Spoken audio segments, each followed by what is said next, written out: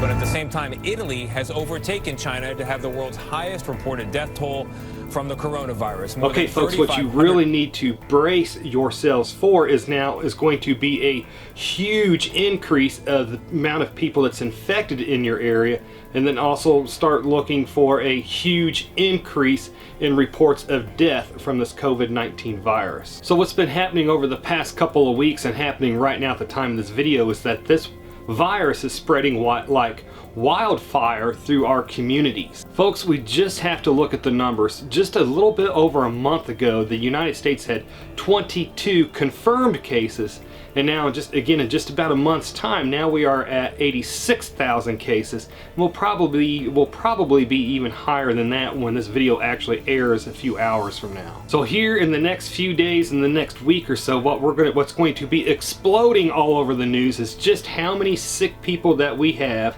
how many people that are infected with this virus that we have, and then how our medical infrastructure, how our hospitals are getting overran with patients. Now again, just so that I'm making sure that this is not a fear-mongering video, again, I still believe that the vast majority of the people that catch this are not going to need hospitalization, and they are not going to die from it. I do believe that the majority of the people that catch it are going to come down like with regular flu-like symptoms. It could be anywhere from they just have a few coughs and a low-grade fever for a couple of days, up to being in the bed for 3 or 4 days like you got a bad case of the flu. So again, I don't believe the majority of the people that catch this are going to die or end up needing hospitalization, but it does have a higher rate of people that do catch it.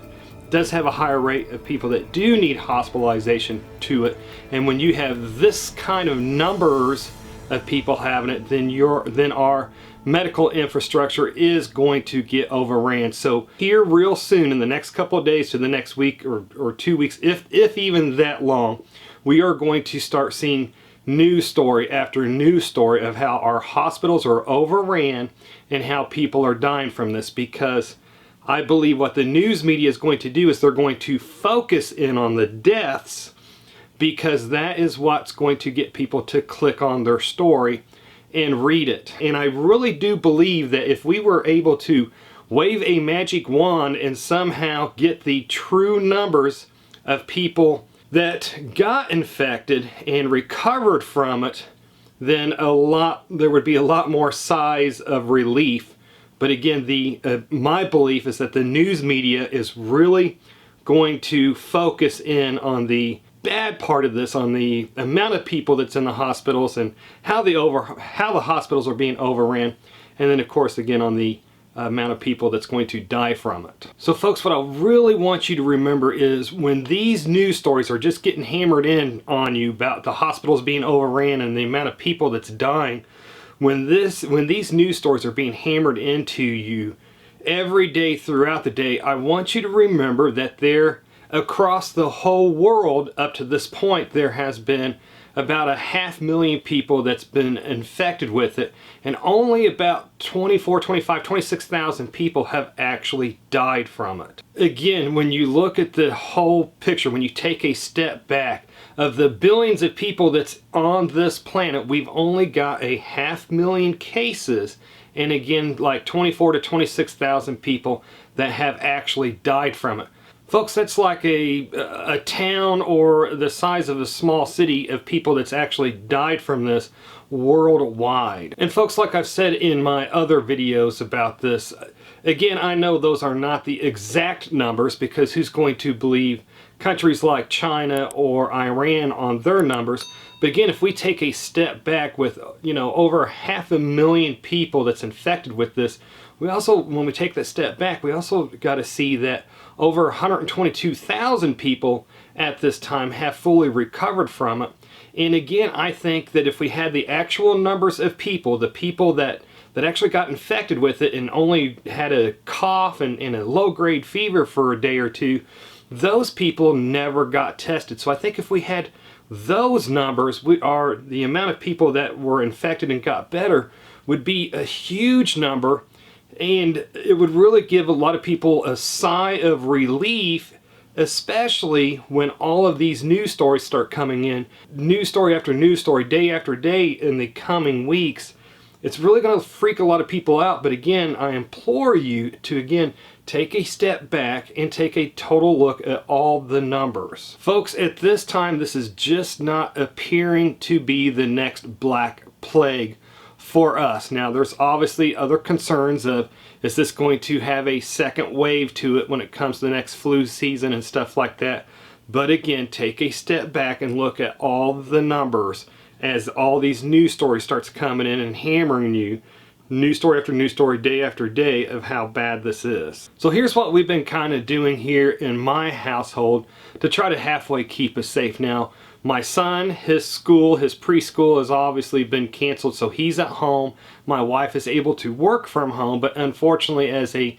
police officer, I still have to go in and cover my shifts. Now, none of the police officers in my area have been called in sick yet. Everybody's showing up to work. We're at full strength at this time. Now, when I come home from work, I take my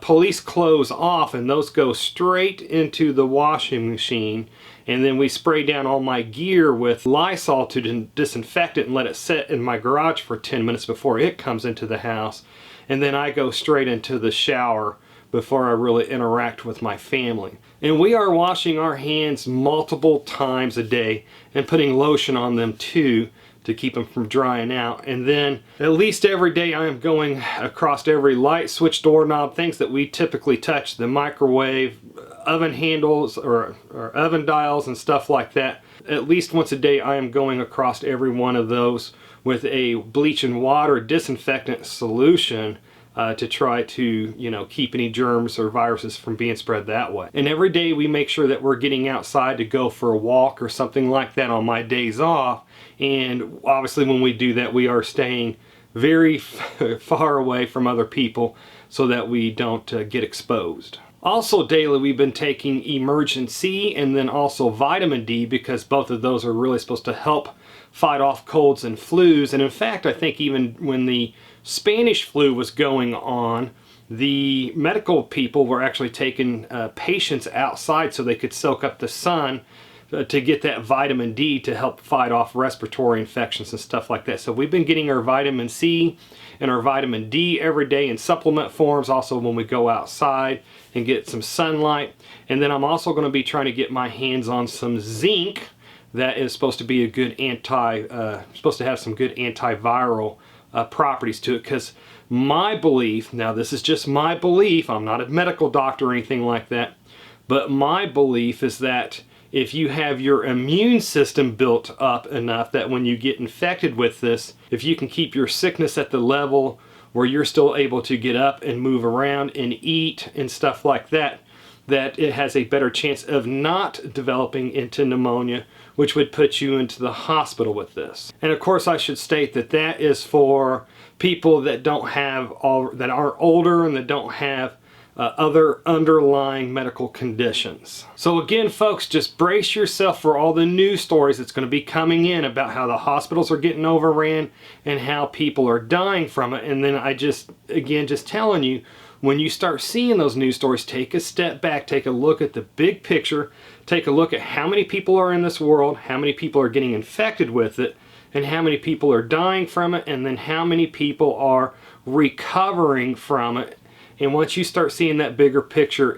you'll see that it's not our next Black Plague. Just realize that if you do catch it, it's probably not going to be your death sentence. So now let's make this video a wealth of information for anybody that may stumble across it. So why don't you do me a favor and comment below with what vitamins or supplements or other things that you are taking to help protect yourself. And why don't you also please comment below with other measures that you're taking to protect yourself, like what PPEs are you wearing if you're going out, and disinfecting doorknobs and light switches and stuff like that. And just in case this COVID-19 wreaks total havoc on our economy, and just in case it puts us into another Great Depression, then watch this video, which is a quick 5-minute A to Z video on how you can grow heirloom tomatoes from seedling to adult plant, and plus save its seed so you can grow 100 new tomato plants from just one plant,